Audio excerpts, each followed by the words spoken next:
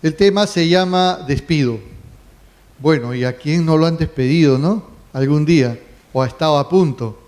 Un tema que de repente cuando nos pasa a nosotros se vuelve odioso, traumático, se nos nubla toda la vida, parece que ya no vamos a tener ninguna salida, tenemos un sentimiento de culpa, parece que se acabó la vida ahí nada más y que ya no vamos a poder hacer nada más que el tema de estar despedido. Bueno, y es una cosa bastante fea, ¿no? Realmente eso es aparente, porque cuando a uno lo despiden, ¿saben lo que ocurre? Tienen nuevas proyecciones. Es una buena oportunidad para hacer lo que uno quiere hacer y no lo que quieren los demás que hagan. Y además, creo que hay que hacer una serie, hay muchas recomendaciones, busquen en internet, si es que a ustedes les ocurriría una cosa así, pues busquen en internet, renueven su CV, ¿no? El currículum vitae, ¿no? Y adelante, no se ha extinguido la vida, estamos recomenzando, ¿ok? Muy bien, y a propósito les traigo esta, ¿cómo se llama? Cómica, filmación. Dice: Martínez, lleva usted 25 años en la empresa, ha sacrificado fines de semana y vida familiar por la firma y se lo agradezco, pero dada la situación debemos prescindir de sus servicios. No se lo tome a mal, es lo que usted haría en mi lugar. Y luego de unos instantes: no se lo tome a mal, don Marcial, es lo que usted hubiera hecho en mi lugar, un puñetazo en el ojo izquierdo, ¿no? Así uno se siente cuando uno es despedido, ¿no? Bueno, ojalá que no le suceda, pero hoy en día eso es normal. Es normal que uno cambie de puesto de trabajo, ¿no? Despedido a veces hasta por mutuo disenso, que no es un despido técnicamente hablando, pero sí definitivamente es un cambio por una oportunidad nueva. Entonces, tenemos que evaluar esa situación. Muy bien, ahora sí, entrando a lo serio. Estamos desde el año 90 en el Perú, estamos viviendo un cambio. Recién nosotros en el Perú, una década anterior y muchos años más atrás, algunos otros países, especialmente Europa, ya vivía estos cambios. Y estos cambios se llaman flexibilización, ¿no? Porque hasta el 90, hasta el 1990, ¿qué cosa era lo que estaba pasando? Vivíamos una constante acumulación de derechos laborales, unos encima de otros, más, debido al principio de progresividad. El principio de progresividad, pues, es que los derechos de los trabajadores no son para abajo, sino se van ganando con las luchas laborales, sindicales. Uno va ganando más derechos, ¿no? Nunca para abajo. Pero a partir del año 90, oh madre mía, ya no es así. Se han comenzado a flexibilizar. Y el día de hoy también se están empezando nuevamente a flexibilizar más los contratos de trabajo. Señores, va a haber cambios y estos cambios requieren a gente preparada, a gente laboralista para enfrentar todas estas vicisitudes, ya sean desde el lugar en que ustedes estén, sean pro empresa, pro trabajadores. Pero hay que enfrentarlos, nos guste o no nos guste. Eso es así, ¿ok? Muy bien. Y también no solamente estamos afectados por la tendencia de la flexibilización, sino también estamos afectados por otras megatendencias. ¿Cómo cuáles? Estamos afectados por la globalización. Ya no hay barreras, límites que nos imponga. Por ejemplo, ¿qué cosa es lo que pasa? Yo estudié para trabajar como abogado aquí en Lima. Esa era mi idea, o por lo menos trabajar como magistrado aquí en Lima. Pues no percibía cómo era provincia. Y es más, los limeños, cuando legislamos para Lima, como si Lima fuera todo el Perú. Está bien, Dios está en todas partes, pero despacha en Lima, ¿no? ¿No han escuchado eso? Bien, entonces, pero ya estamos yendo más allá. Por ejemplo, me contaba hoy día en la mañana un abogado peruano que había ido a defender a una corte de Nueva York un tema laboral. ¡Ah, caray! Y hay contratos que se firman aquí en el Perú para laborar en Brasilia y lo despiden en Quito.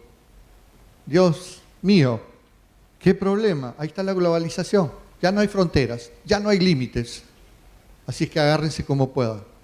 Estamos frente, esta generación, que son ustedes, estamos frente a unos nuevos retos. ¿Correcto?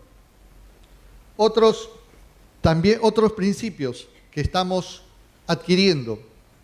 Estamos dejando la escrituralidad por la oralidad. Esos escritos horribles, horrorosos, que aguantan todo y que dicen que en el papel está la seguridad jurídica, la estamos cambiando por la oralidad. Y ha nacido una nueva forma de administración de justicia. Y que esa va a ser el futuro del proceso en el Perú. Así que si no cogen el tren, se les va, señores. También otra tendencia más, que el derecho resulta ser social, y más en el caso laboral. Y también resulta ser adversarial, porque el juez no es parte en este proceso. Como muchas veces decíamos, bueno, con esta prueba la actuamos y gana el trabajador. ¡Qué barbaridad! O sea, estamos ayudando a una de las partes, ¿no es cierto? Por eso yo, por lo menos, me opongo a la prueba de oficio. También nuevas tendencias, como el garantismo procesal, frente a una norma procesal que es de carácter vinculante, de cumplimiento obligatorio para las partes, frente a un derecho fundamental, preferimos el derecho fundamental, porque protege más al hombre.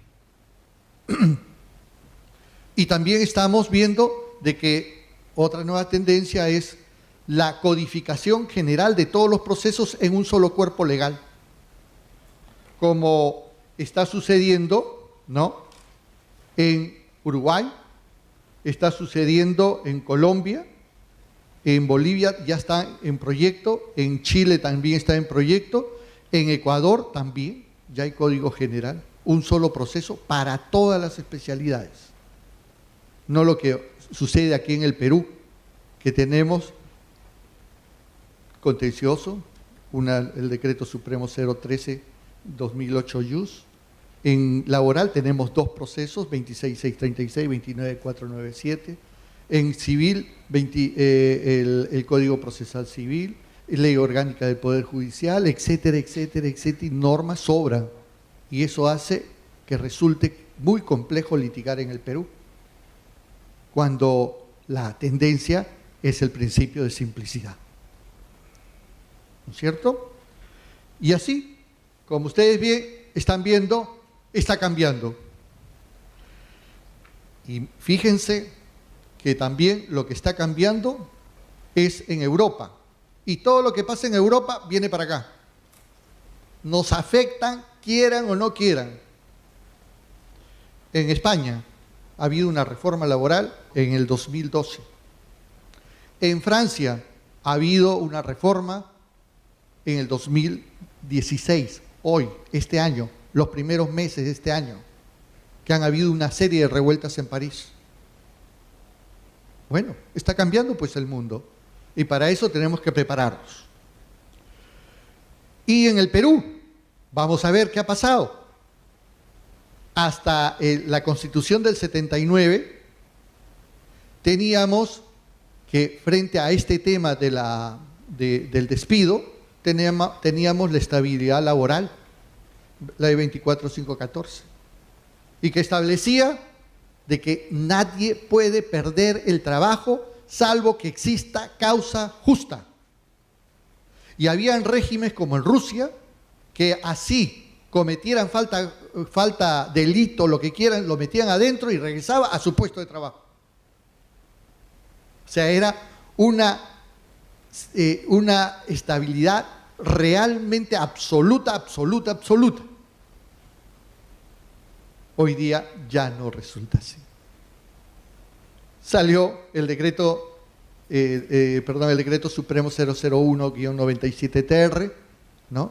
La ley de competitividad laboral, y sale también el decreto, que es el texto único ordenado del 728, creyendo de que se estaban perdiendo innumerables derechos. Después sale el CAS, después salen otros regímenes especiales, y todos ya no quieren volver a la Constitución del 79, sino quieren volver al 728, porque es más ventajoso dentro de todo. Vean ustedes que lo que fue malo para los movimientos sindicalistas, para los movimientos de trabajadores, hoy en día es la panacea del 728. Les estoy explicando para que ustedes saquen sus propias conclusiones, ¿no es cierto? Pero vean ustedes, y la Constitución Política del Perú también cambia del 79 al 93 y saca el 5 de abril del año 92, el señor Fujimori disuelve el Congreso, el Poder Judicial, como ustedes ya saben, y saca un estatuto de Gobierno de Reconstrucción Nacional y dice: en todo lo que se oponga nuestras normas, nuestros decretos, leyes, ¿no?, que vamos a expedir, queda sin efecto o en suspenso la Constitución del 79. Y hubieron sentencias que preferían este estatuto antes que la Constitución del 93, del 79. Pero eso es parte de la historia del Poder Judicial, ¿no? Actualmente, ya a partir del 1 de enero del 94, tenemos ya la nueva Constitución, nuestra nueva Carta Magna, la misma que se aprobó mediante referéndum el 31 de octubre del 1993. ¿Correcto? Muy bien. ¿Y dónde se ubicó el derecho del trabajo en la nueva Constitución? En la del 79 se ubica en el capítulo 5 del trabajo y era parte de los derechos fundamentales del hombre. La del 93 nos sacan de los derechos fundamentales y lo ponen en la última parte del capítulo 2 de los derechos sociales y económicos, como tratando de decir: el derecho del trabajo ya no es derecho fundamental, porque eso está a partir del artículo 23 en adelante de la Constitución. Pero lamentablemente no le salió bien el juego, porque el Perú ya había suscrito una serie de convenios internacionales que establecen, como por decir el convenio 100, ¿no?, de remuneraciones, ¿no?, que establece que los derechos del trabajo son derechos humanos. Y en consecuencia entraría en el numerus apertus del artículo 3 de la Constitución Política del Perú de 1993. No deja de ser derecho fundamental, en consecuencia, el derecho del trabajo. Y por tanto, un derecho importantísimo, que el día de hoy ya tenemos nuevas salas. Somos la segunda cantidad en salas en la Corte de Lima. ¿Y saben por qué? Porque el trabajador decide quién es el juez competente en el último domicilio del trabajador o en el domicilio principal de la empresa. Y el domicilio principal de la empresa generalmente queda ¿dónde? acá. Entonces vean ustedes cómo han cambiado las cosas. También, mientras que la Constitución del 79 estaba en 9 artículos sumamente desarrollados, reconociendo todos los derechos de los trabajadores habidos y por haber, en la Constitución del 93, ¿no? Solamente hay 8 artículos, pero totalmente reducidos. Y la redacción es reducir derechos del trabajo. Es decir, flexibilización. Nos guste o no nos guste, es así. ¿Correcto? En cuanto a nuestro tema, el artículo 48 reconocía la estabilidad del 79, reconocía la estabilidad laboral. Es decir, un trabajador solamente podía perder su derecho al trabajo, a su colocación, a su empleo, salvo que exista causa justa. Hoy en día tenemos una clasificación de despidos, ¿no?, que vamos a tocarlos esta tarde, o en parte de la noche de repente, ¿no? Y vamos a ver que esto se ha venido desarrollando y vamos a ver cuáles son las novedades, especialmente las novedades en cuanto a la jurisprudencia.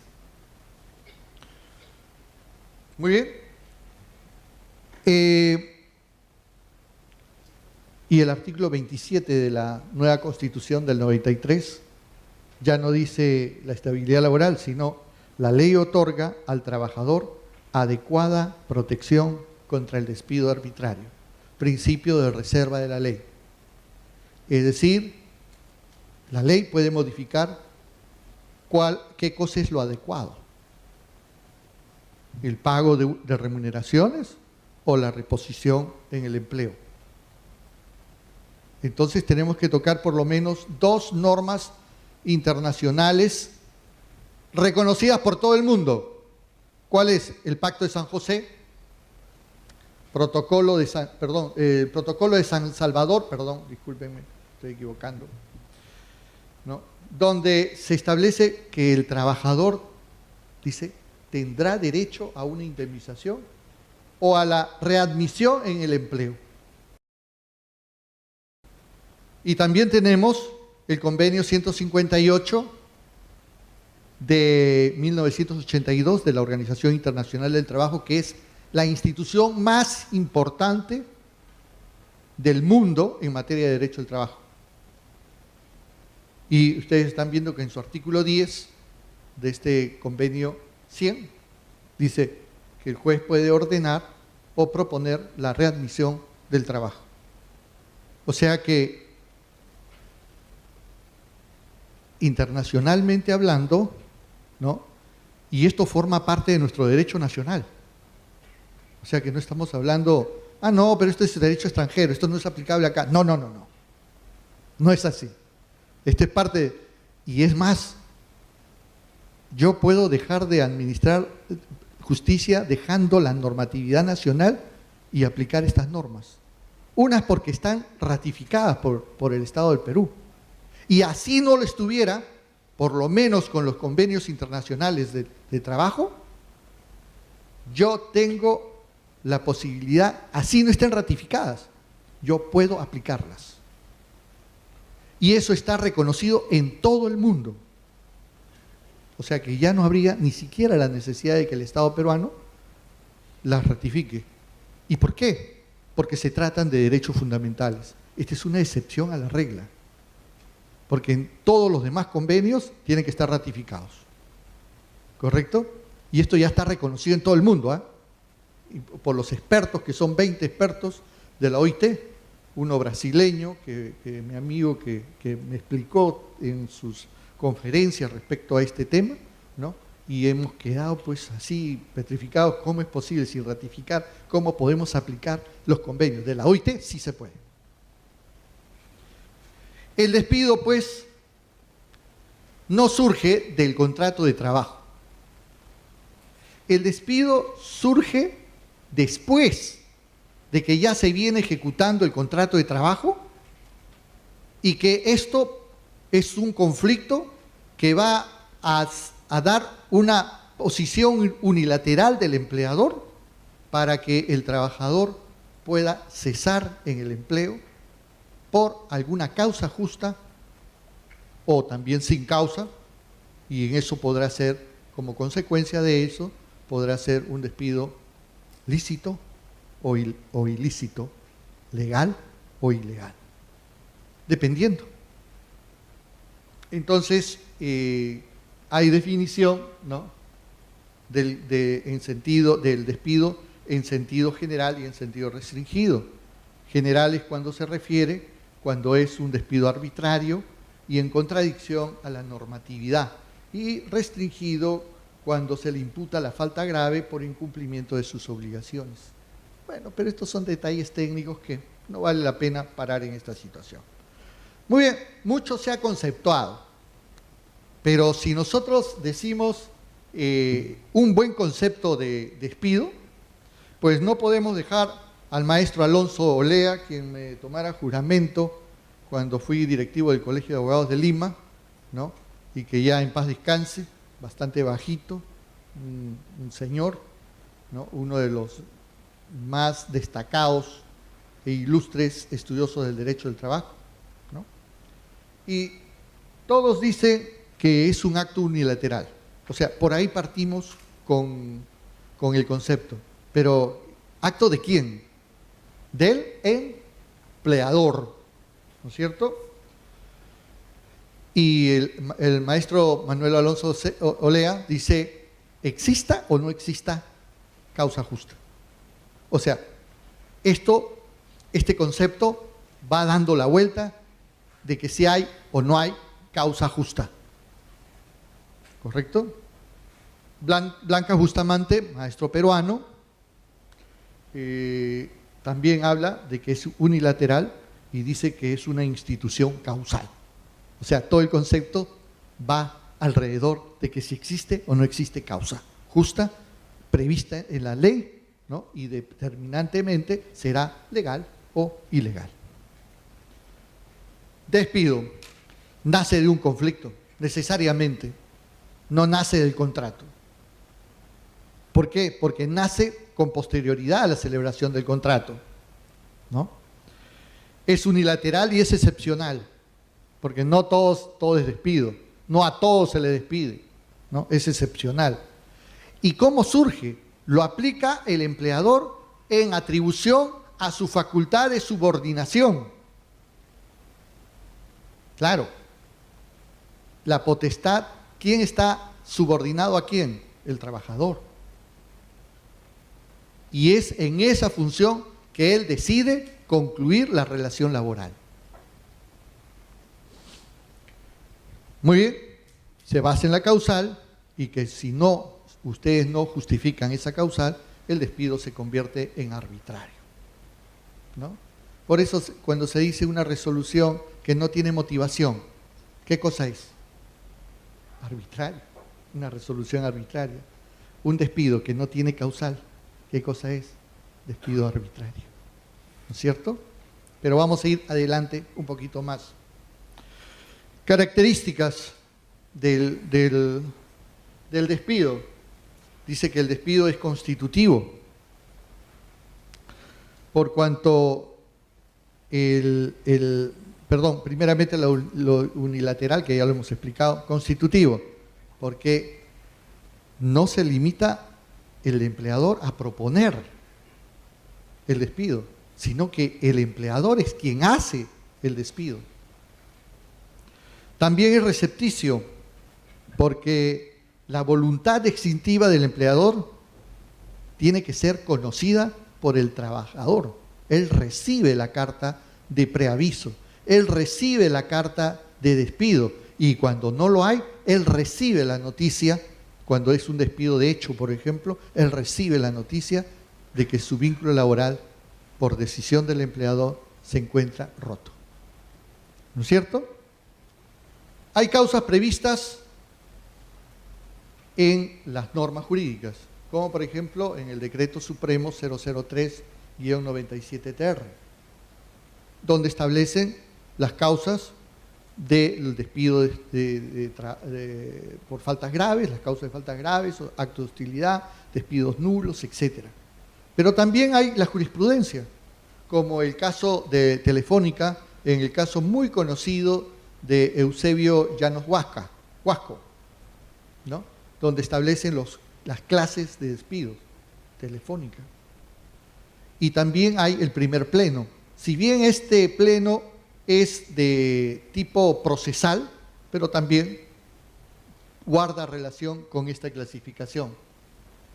Y este primer pleno establece, en primer lugar, que los jueces de trabajo pueden conocer, ¿no?, los procesos regulados tanto por la ley 26.636 como la 29.497, sea incausado o sea fraudulento, ¿no? Y también decide de que los procesos abreviados también pueden ser llevados a cabo siempre y cuando tenga una pretensión única. Este asunto de pretensión única lo vamos a analizar al final de la conferencia. Es así que, conforme a lo que hemos hablado, entonces tenemos el despido legal. Cuando hay causa justa y comprobada, no pasa nada, estamos actuando de acuerdo a ley, ¿no? El despido ilegal es el indirecto, actos de hostilidad, el nulo, ¿no? En el indirecto procede la indemnización, en el nulo la reposición, en el incausado reposición, fraudulento reposición. ¿Correcto?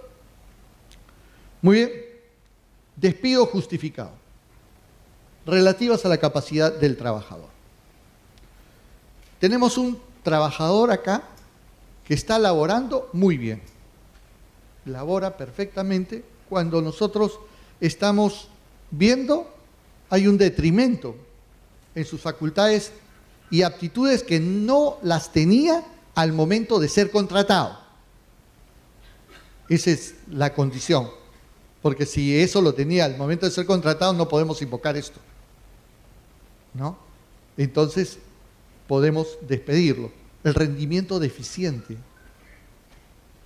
se produce esto, o la negativa injustificada del trabajador a someterse a examen médico, o a cumplir las medidas profilácticas o curativas prescritas. Hay trabajos que merecen que, por ejemplo, pilotos de aviación, ¿no?, los que manipulan productos alimenticios, tienen que pasar de vez en cuando, ¿no?, cada cierto tiempo, dependiendo su actividad, ¿no?, por exámenes médicos que garanticen una correcta, segura atención al público. También tenemos como despido justificado las relativas a la conducta del trabajador, ¿no?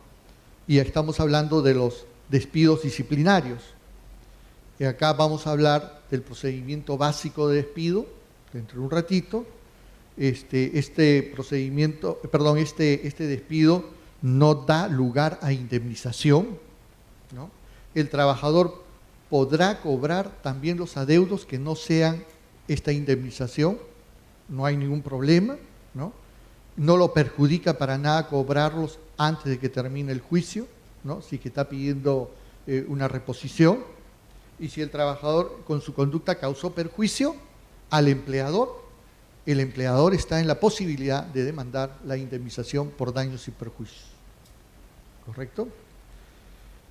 Y también vamos a ver de que hay un despido arbitrario sin expresión de causa. Y ahí hablamos un despido de hecho. Oye, yo no te dejo entrar al trabajo y yo no te he dicho nada. O te vas, no te paso ningún papel. También el segundo, te paso la comunicación y te digo que sin expresión de causa, quede usted despedido a partir de la fecha. Se acabó. Esa es la segunda posibilidad. Y la tercera y última es cuando cumplo con todas las formalidades, ¿no?, pero la causa que invoco no existe y de repente tampoco puedo probarlo. Tampoco voy a poder probarlo. Entonces, esta es una gran división pues de los despidos. Las faltas graves. A ver, ¿qué cosa? Ahora sí entramos de lleno al tema. Concepto. Una falta grave es una infracción. ¿Por parte de quién? Del trabajador, de los deberes esenciales que emanan del contrato. Y esta falta grave hace que la continuidad del contrato de trabajo resulte irrazonable su continuidad, ¿no? Ya no puede haber una relación. Por citarle un ejemplo, un trabajador que me agrede físicamente, yo soy su empleador, ¿ustedes creen que podría seguir una buena relación? ¿No? Ya es ahí sería pues un despido flagrante, ¿no? Definitivamente, ya no hay necesidad ni siquiera de pasarle hacer el procedimiento básico de despido, sino de frente mandarles y cursarle su carta de despido. Incumplimiento de obligaciones. Acá parece que han metido en baúl de desastre todo, porque tiene varias aristas y lo he tratado de poner en negritas para que ustedes vean de que acá existen varias figuras, varias tipologías, ¿no?, encerradas dentro del incumplimiento de obligaciones. Y dice, cuando se quebranta la buena fe laboral. O sea, trabajar con buena leche, no a la mala, buscando cómo usted se equivoca, cómo perjudicarlo, por supuesto intencionalmente, todo esto es intencional. Reiterada resistencia a las órdenes relacionadas con las labores. Cuidado, reiterada, mínimo 2 veces. Resistencia. Yo le digo, oiga, ponga el vaso no acá, sino acá. Lo pongo acá. Y así sucesivamente. Entonces, se está ganando su despido, reiteradamente, ¿no?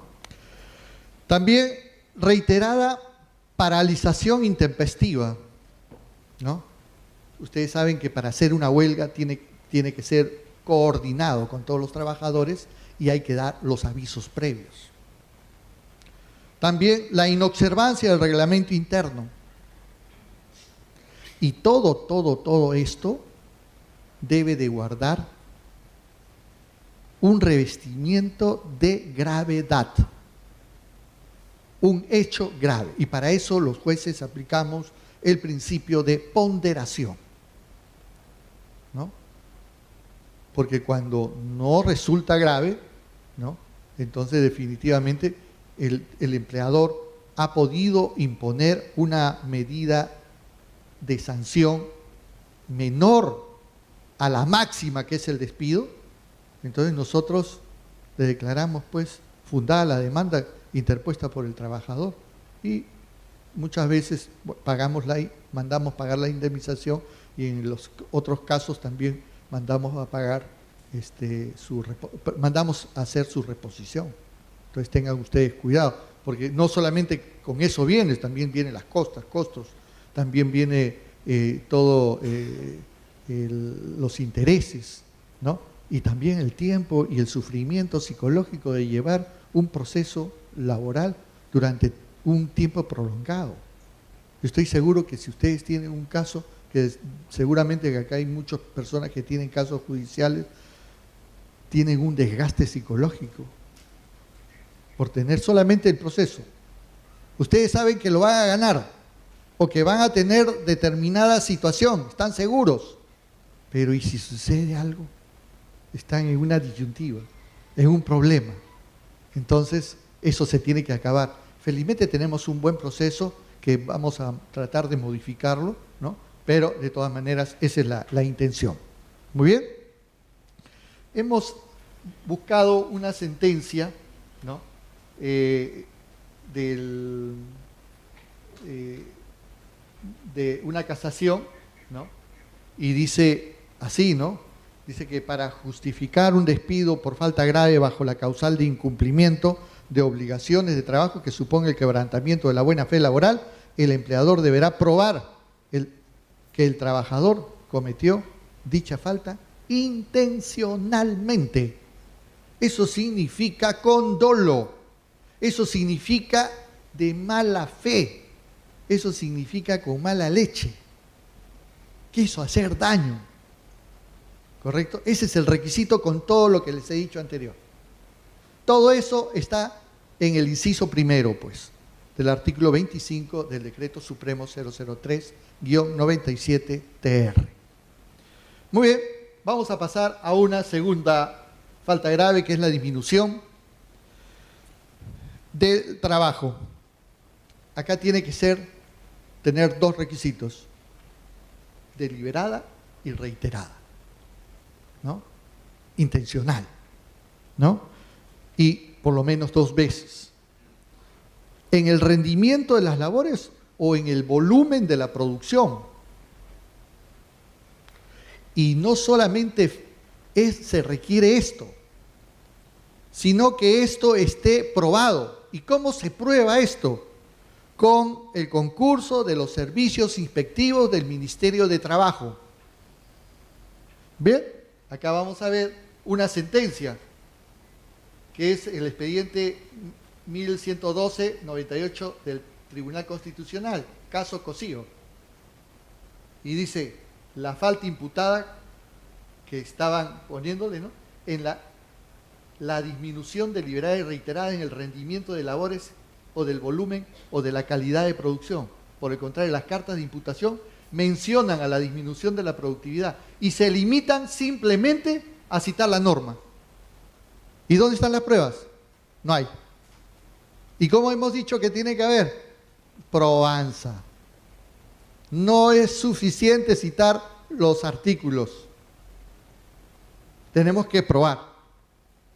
Aquí lo dice el Tribunal Constitucional en un desarrollo de una sentencia de este inciso. Muy bien. Tenemos la apropiación de bienes y servicios.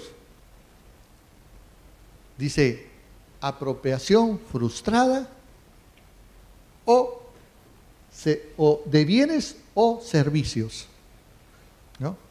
¿Qué produce la fábrica? Panetones. ¿Qué produce un servicio? O de repente el servicio que tiene de teléfono, por ejemplo. Y hay un bonito caso que vamos a ver, ¿no?, de esta apropiación, ¿no?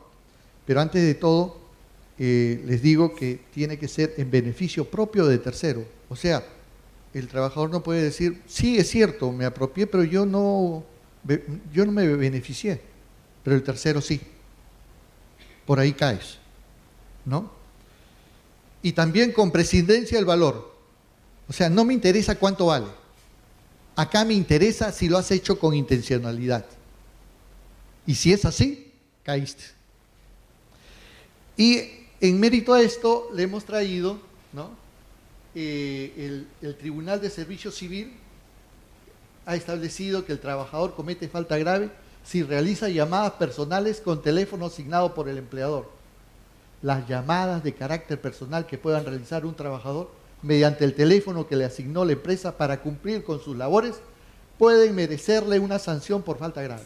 Esto especialmente si las comunicaciones le generaron un costo al empleador y si realizaron mientras el empleado estuvo de licencia y sin goce de haber.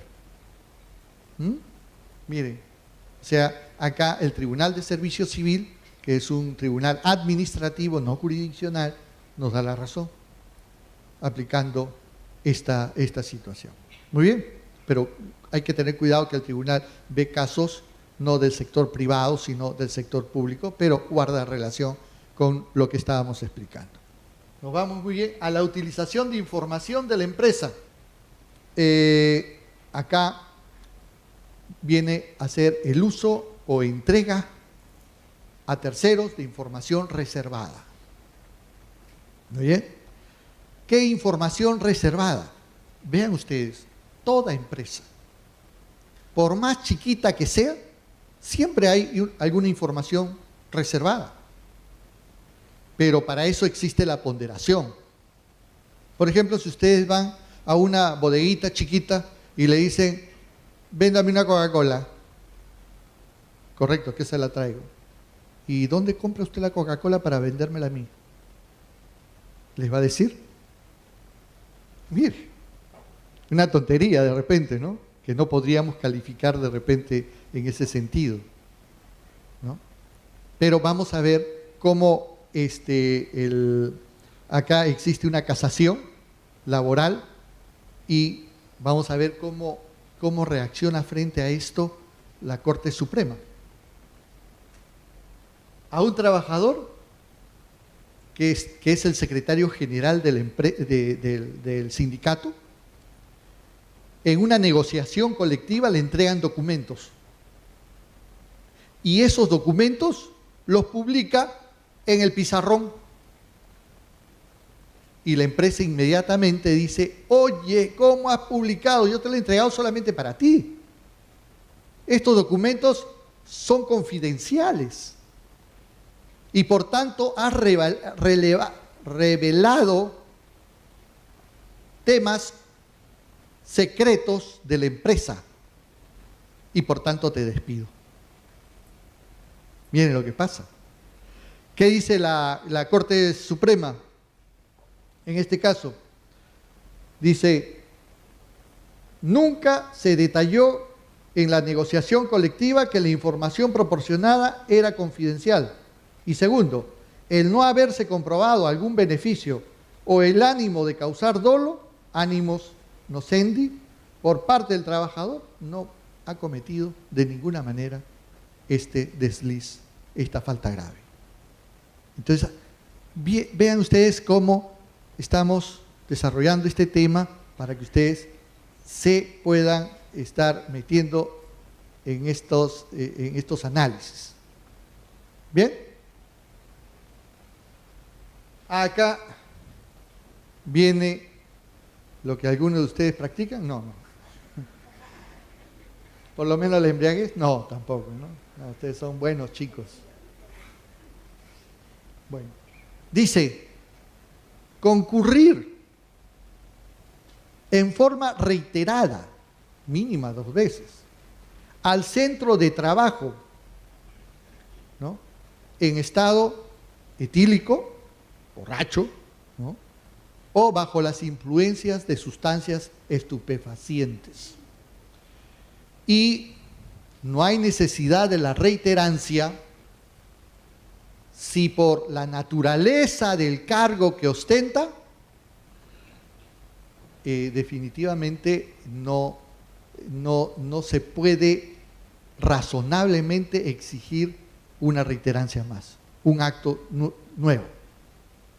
Por ejemplo, un piloto de aviación que baja en estado etílico, se tomó todo el whisky del avión, ¿no?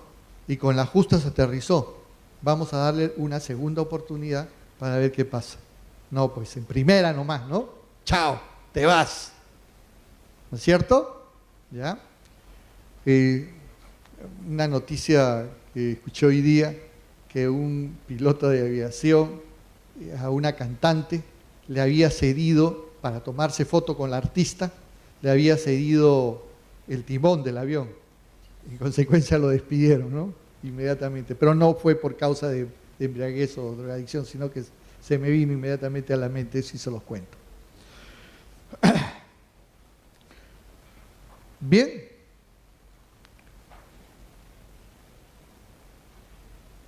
Con respecto a esto, les he traído, ¿no?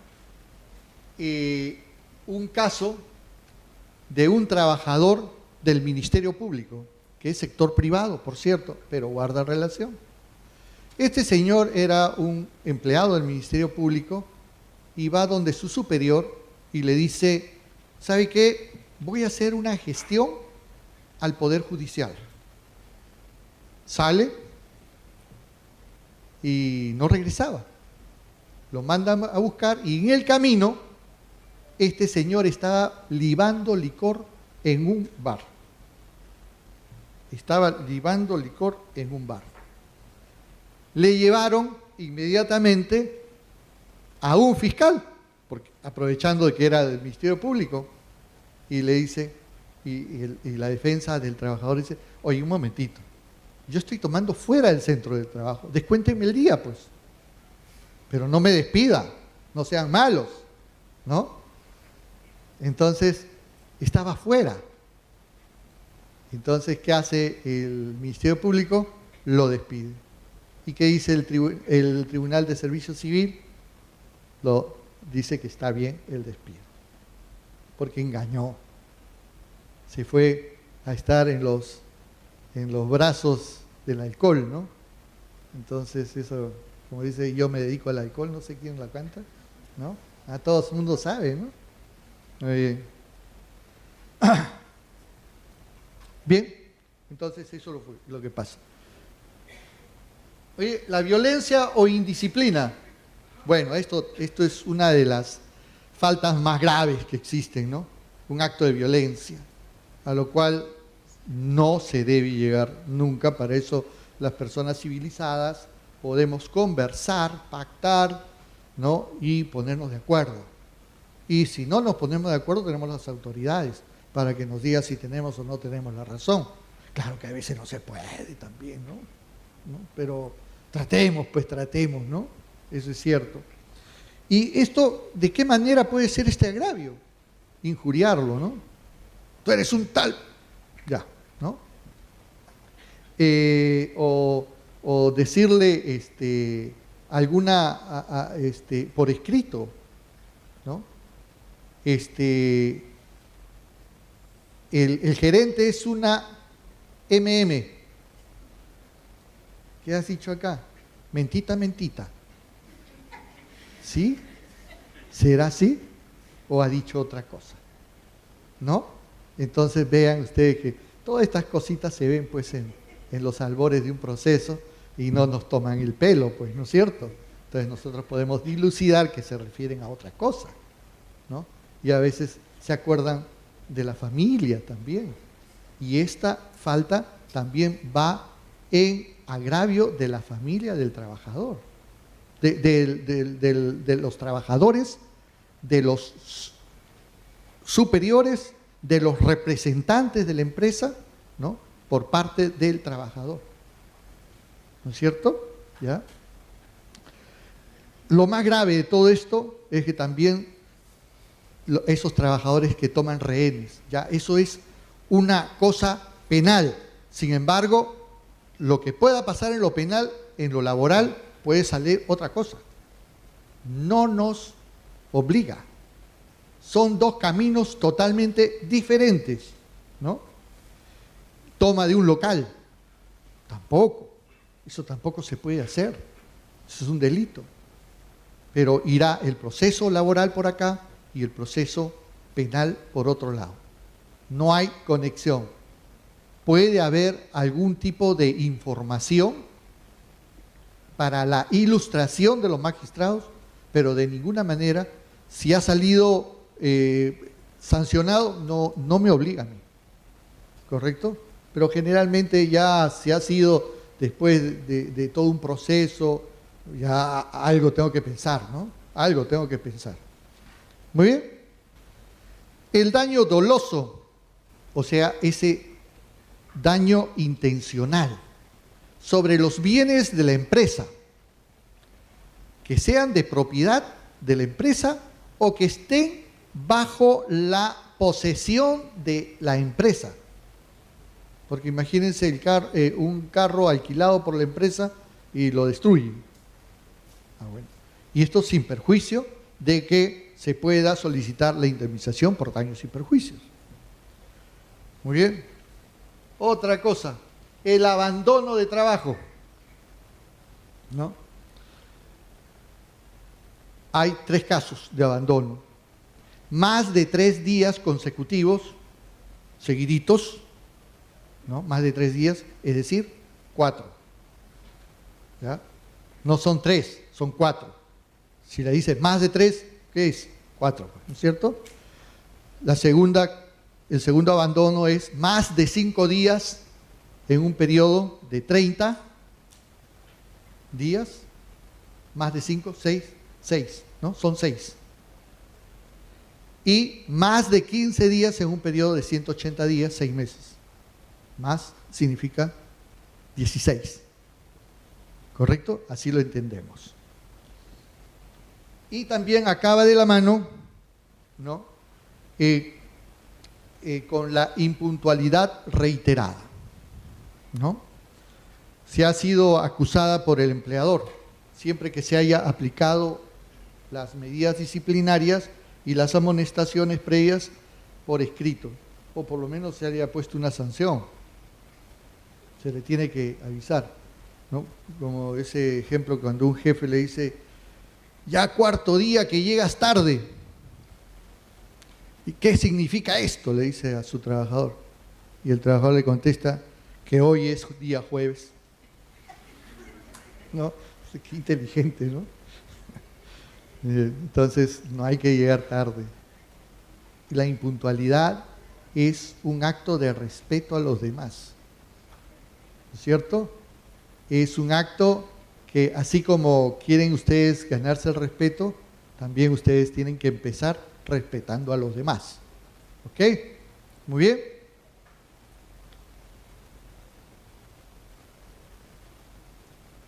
¿Qué pasa si no puedo probar lo que he imputado? Se me viene el castillo abajo. En primer lugar, el trabajador puede regresar. El trabajador se le puede pagar una indemnización. Y ustedes no saben el perjuicio que ustedes se hacen cuando reingresa un trabajador a su centro de trabajo.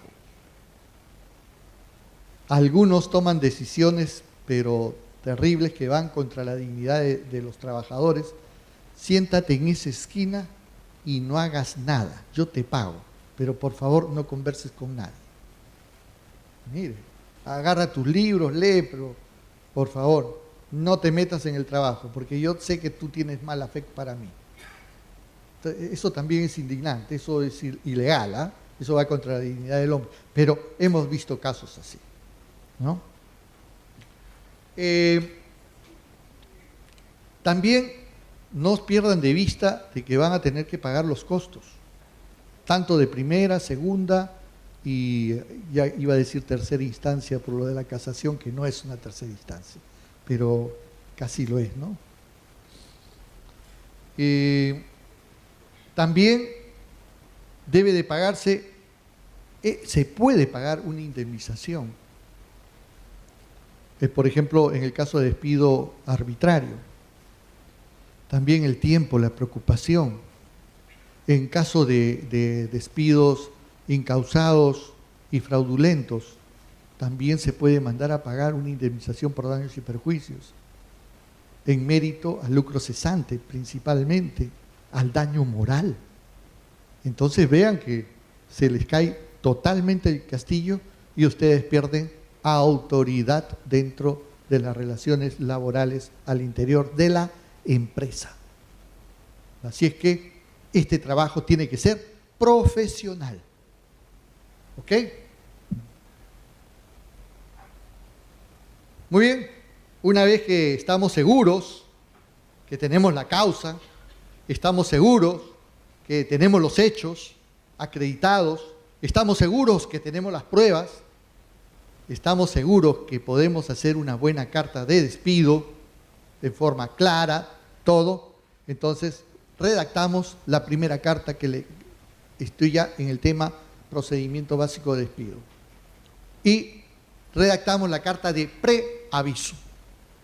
Esta carta tiene que ser muy clara, con mucha pulcritud, ¿no? Y comienza pues este proceso.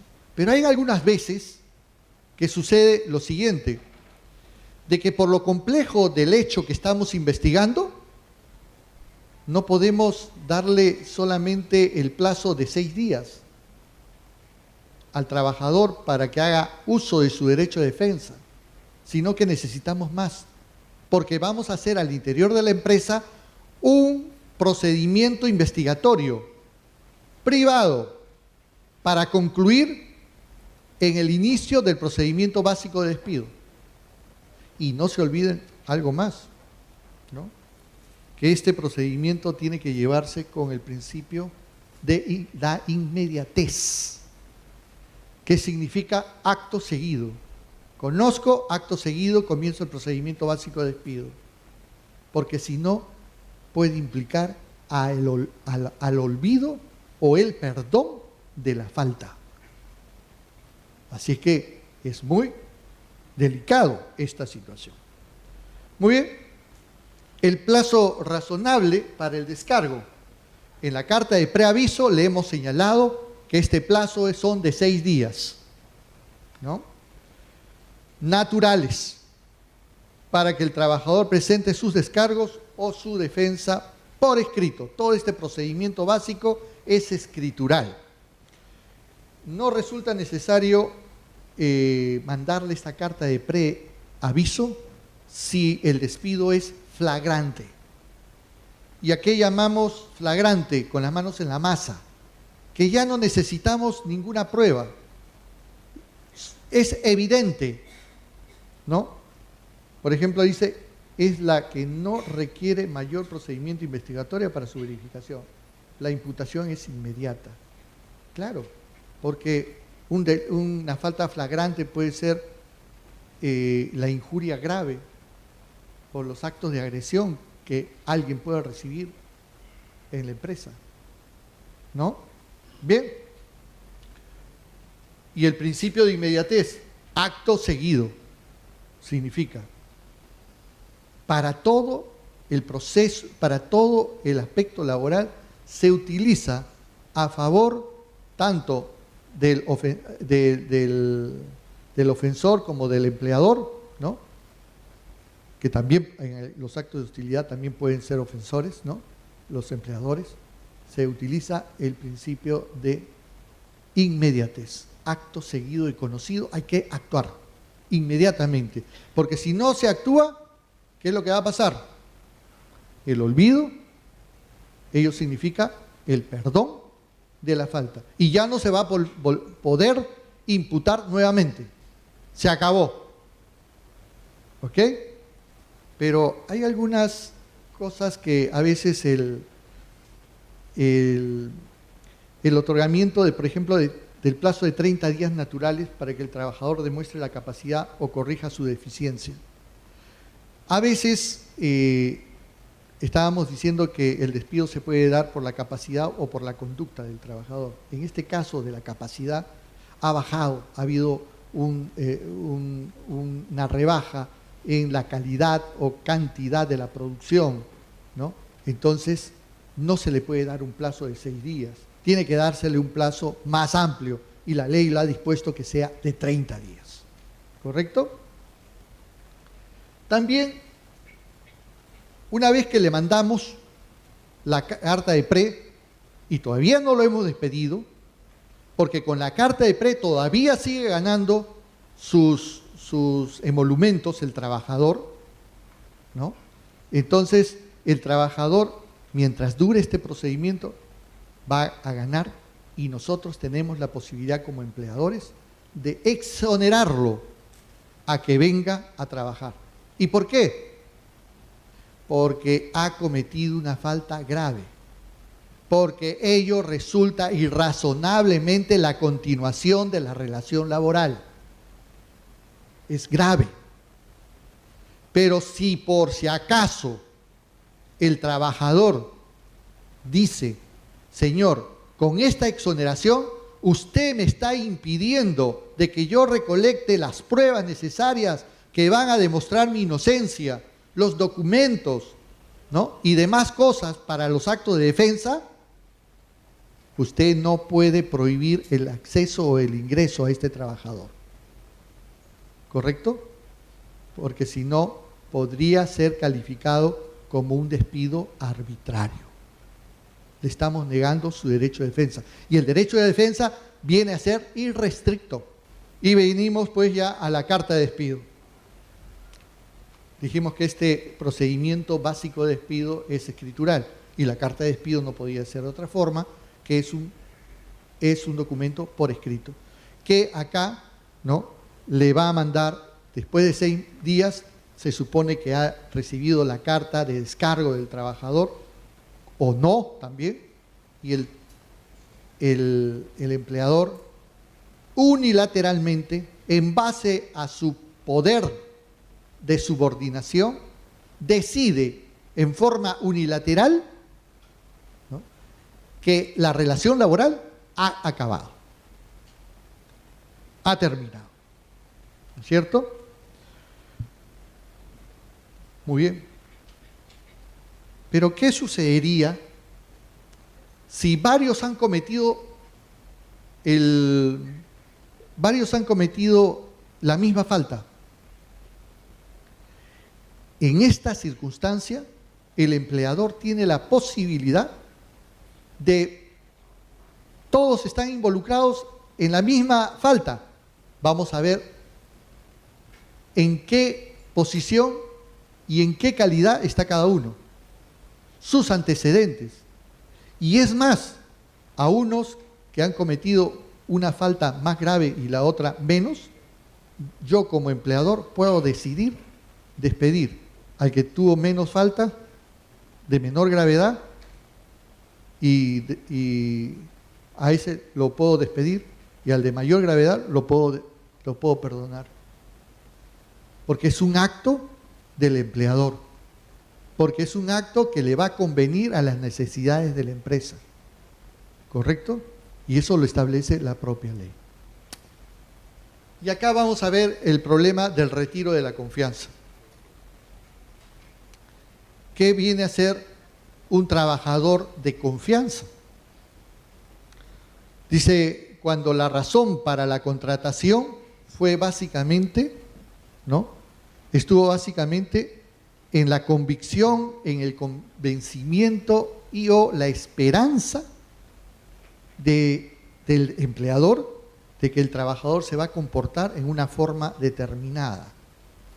Generalmente me va a proteger, me va a cuidar las espaldas, va a guardar la información secreta, los documentos me los va a tener, prácticamente voy a confiar cosas muy importantes en las manos de este trabajador y por tanto yo le voy a dar la calidad de trabajador de confianza. Pero la confianza es muy etérea. Con un solo gesto de una persona yo puedo perder la confianza. Y al perder la confianza, estaría perdiendo el puesto de trabajo. Porque basado en esa confianza, yo lo contraté. Al no existir esa confianza, ya no tiene justificación el contrato. ¿Ve? Por eso es que no resulta de ninguna manera la aplicación de la reposición de un trabajador de confianza, ¿no? Pero también podría ser un caso. Un trabajador que no era de confianza es asumido a un trabajador de confianza. Le quitan la confianza, hay que volverlo a su puesto original o al puesto anterior al que estaba en el cargo de confianza. ¿Correcto? Entonces, de esa forma también se le puede proteger, ¿no? Ya hemos dicho que no procede pues la reposición, pero sí puede proceder la indemnización por despido arbitrario. Eso sí le corresponde a un trabajador de confianza. ¿Y cuál es esta indemnización por despido arbitrario? Es una remuneración y media ordinaria.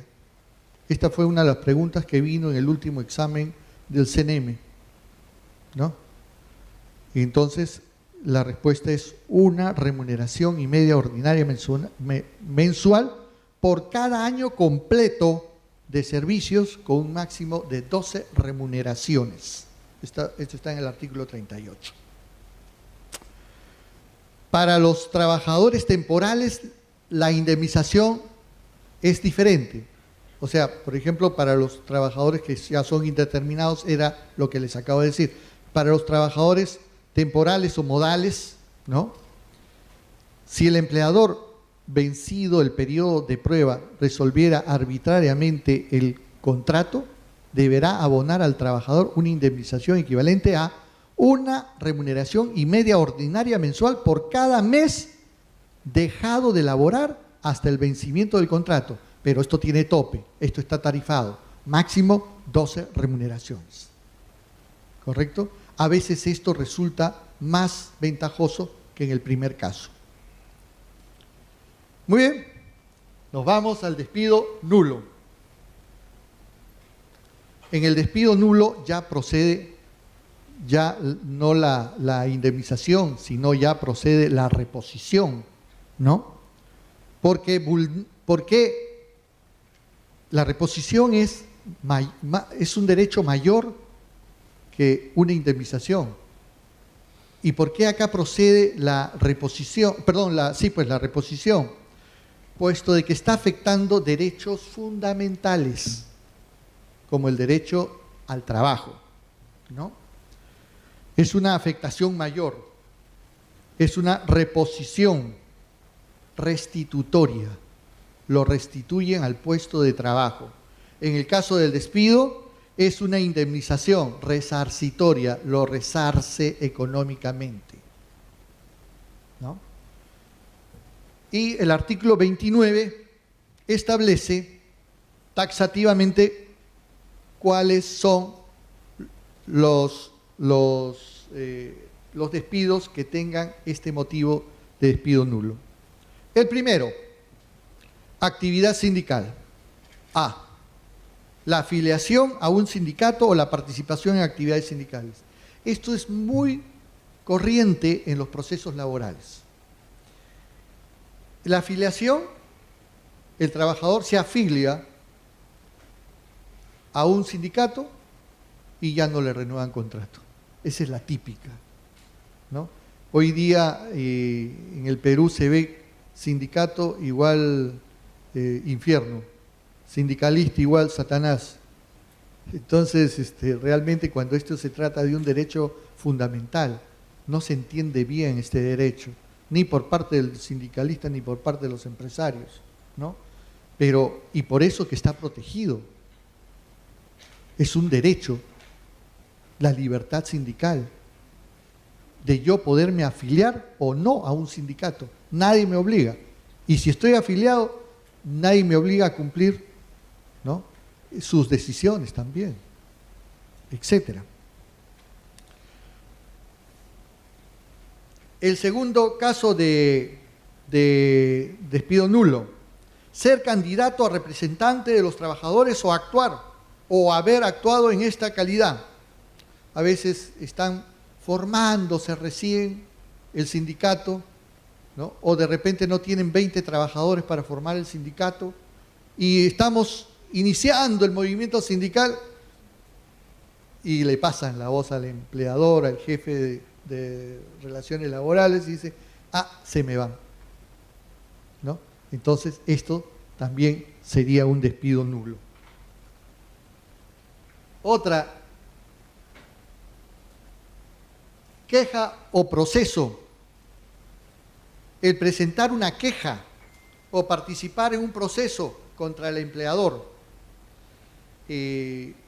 Una queja, pero cuidado, no es esto una solicitud hecha al propio empleador, sino presentar una queja al Ministerio de Trabajo, ¿no?, o presentar un proceso judicial al Poder Judicial, ¿no?, o puede ser un proceso administrativo también, ¿no? Esto no les gusta muchas veces al empleador. Inmediatamente lo despiden. En consecuencia, también estaríamos frente a una causal de despido nulo. Otro, discriminación. La discriminación es un acto horrible, ¿no?, porque a unos lo prefieren en igualdad de circunstancias, a unos y no a mí, ¿no? Entonces yo me siento mal, y en este caso por razón de sexo. Yo soy hombre, tú eres mujer, me prefieren por el sexo. No, raza, religión, por ejemplo, objeción de conciencia. Yo no cumplo las órdenes del empleador porque mi religión lo prohíbe. Por ejemplo, hubo un caso en el Tribunal Constitucional que hubo un médico, creo que fue en Huancayo, si no mal me acuerdo, ¿no?, que le obligaban a trabajar los días sábados. Y su religión le decía, tú no trabajas el día sábado. Y el hospital se empeñó a que este señor trabaje los días sábados. Así es que presentó, lo despidieron, presentó una demanda ante el Tribunal Constitucional por objeción de conciencia. Es decir, yo estoy en la libertad de desobedecer, desacatar las órdenes de mi empleador porque mi religión o mis reglas éticas no me lo permiten. ¿Correcto? Y ganó. Así que el tribunal dijo, háganlo trabajar hasta día domingo, pero el sábado se lo respetan. Miren cómo es. ¿Ah? ¿Ya? Y también hoy día que está muy en boga, pues, la opción sexual, ¿no? Hay que respetar, ¿no? Así que eso de salir del ropero, ¿cómo es? Ah, del closet, ¿no? Está de moda. Bueno, ojalá que en el Poder Judicial no, mejor no digo. ¿Ya? Otro, el embarazo. El embarazo, dice, no se puede despedir a una madre embarazada, ¿no? Dentro del periodo de gestación, dentro de los 90 días y también dentro de los 90 días posteriores al parto, porque es protección. No se olviden que todos nosotros hemos tenido en algún momento que ser gestados. Y es un acto tan natural, tan divino, tan legal, tan procedente en todas partes del mundo. Entonces, yo sé y podemos entender que una madre gestante de repente no puede cargar peso, etcétera, pero hay que sobrellevar esa situación, ¿correcto? Y eso es lo civilizado, ¿no? Hubo un caso en mi sala, ¿no?, en que es cierto que no se le había notificado al empleador el estado de embarazo, pero el empleador le había autorizado la salida para que vaya al médico para que vea cómo está su situación gestante. Pero si le está autorizando, ya es suficiente. Eso lo entendemos, ¿no es cierto? Entonces, así se administra. Eso no lo dice la ley, pero así lo entendemos nosotros. ¿Ok? Bien. ¿Cuáles son las consecuencias del despido nulo? Primero, la reposición. Sí, pero también, como el día de ayer me sucedió, un proceso de reposición, de despido nulo, ¿no? El trabajador optó por la indemnización. Ah, pues también. Eso es posible. En el despido arbitrario no hay causa justa. En cambio, en el despido nulo sí existe una causa justa, una causa, pero esta es ilegal. Esta es ilegal. ¿Y por qué es ilegal? Porque atenta contra los derechos fundamentales. Acá se le va a mandar también el pago de las remuneraciones dejadas de percibir, es decir, las remuneraciones caídas. Es un buen negocio, ¿no? Si se tiene a bien, ¿no? Y esto sí no procede, por si acaso, porque en algo tiene que ver en el despido incausado y en el despido fraudulento. No hay las remuneraciones caídas, pero sí pueden demandar indemnización por daños y perjuicios. en el despido incausado y en el despido fraudulento. Es decir, que ustedes pueden demandar lucro cesante, daño emergente y daño moral.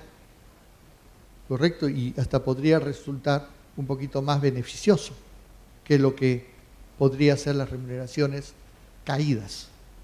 ¿Ok? ¿Cuál es el plazo para accionar en el caso de despido nulo? Esto que casi los civilistas no lo entienden. Son 30 días naturales, dice la ley. Pero acá hay un desarrollo, ¿no?, de que el jurisdiccional, ¿no?, y nosotros nos hemos impuesto ya desde muchos años, desde que he abierto los ojos en materia laboral, que el plazo de caducidad de los 30 días se cuentan como días hábiles. ¿Y cómo es esto? Si la ley dice que son días naturales, ¿cómo a usted se le ocurre aplicar días hábiles?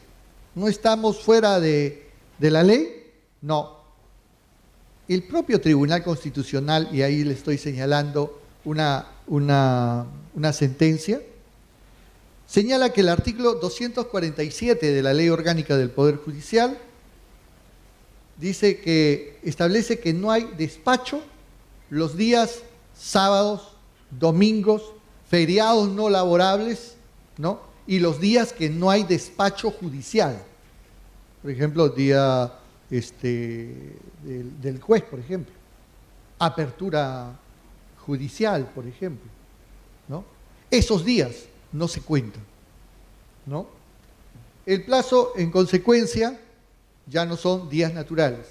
Así que entérense, por favor, que estamos hablando de días hábiles. No se hagan problemas. ¿Ya? No se hagan problemas. Esto ya es uniforme. Uniforme. Creo que por ahí hay un criterio de un solo juez laboral que dice que naturales, pero todos los demás, uniformemente, durante años de años, son hábiles. ¿Ya? Ya lo entendimos, ¿verdad? Ok. Pasamos a los actos hostiles. Un acto de hostilidad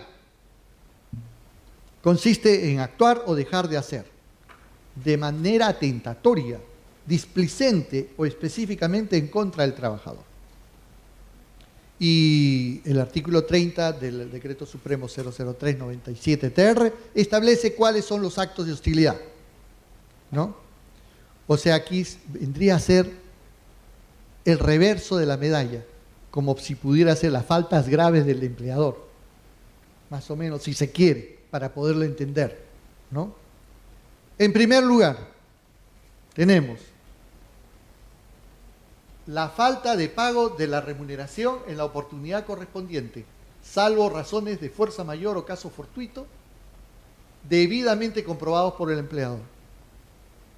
O sea, yo te tengo que pagar todos los días 5 y no te pago. No te pago. Viene el próximo mes, no te pago. O si es semanal, viene la próxima semana, no te pago. De eso se trata. Pero acá interviene pues de que, salvo por razones de fuerza mayor, o sea, casos que dependen del hombre, o por caso fortuito, casos que dependen de la naturaleza, y que esto esté debidamente comprobado. Así sí se puede justificar, solamente, ¿no? Y el convenio 100 nos dice de la OIT, que es un convenio internacional que forma parte de nuestra normatividad interna, pese a ser una norma a nivel mundial, ahí se los tengo, que nos describe qué cosa es la remuneración. ¿Ok? Rápidamente, entonces, los actos hostiles: la reducción inmotivada de la remuneración y de la categoría. Bueno, yo te pagaba 100, ahora te pago 80, por decir, ¿no?, una cantidad. Esto no se puede hacer. Acá hay una ley lejísimos del año 41, 17 de diciembre del año 41, que establece que en forma de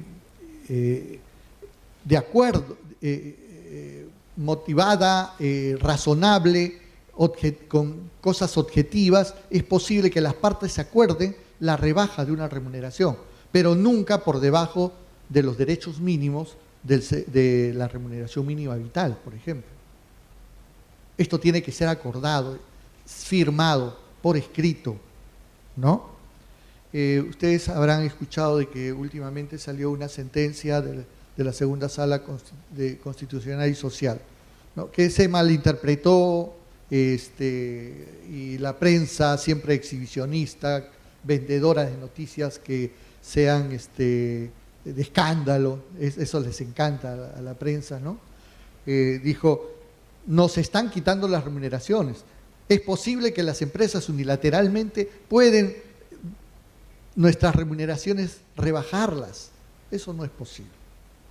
Es más, la misma sala ya ha sacado una sentencia aclaratoria donde ha explicado claramente que eso no es posible.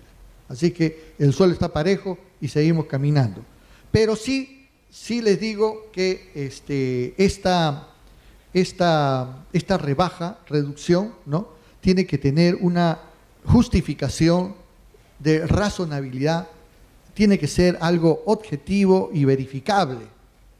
Eso no está en la ley, pero en el desarrollo jurisprudencial sí lo estamos aplicando. ¿Ok?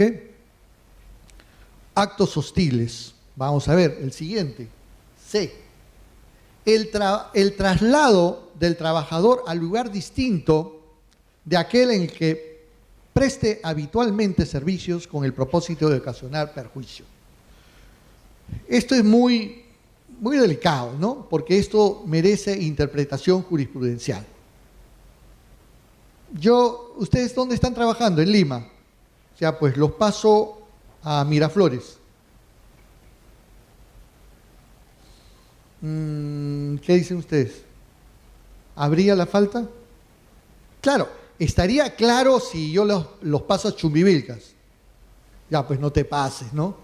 Mi familia está acá, yo fui contratado para trabajar en Lima, y me vas a perjudicar, tengo que mantener 2 casas y con la otra que tenía 3, no puede ser, ¿no? No. Entonces vean ustedes que eso sí sería clarísimo. Pero por ejemplo, uno que trabaje en Chorrillos y lo manden a San Isidro, razonable, ¿no? Ahí no habría ese acto hostil, ¿no? O sea, habría que motivarlo bajo el principio de la ponderación, ¿no? Para ver, ¿no?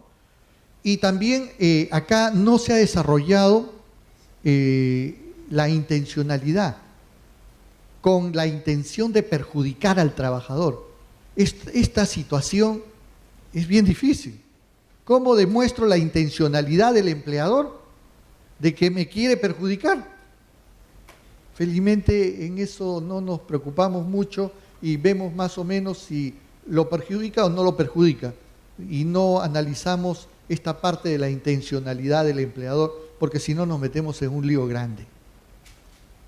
Y Mario Pasco Cosmópolis decía que esto no ha debido de ponerse en este artículo, puesto de que lo hace recontra difícil para poder probar esta mala fe por parte del empleador.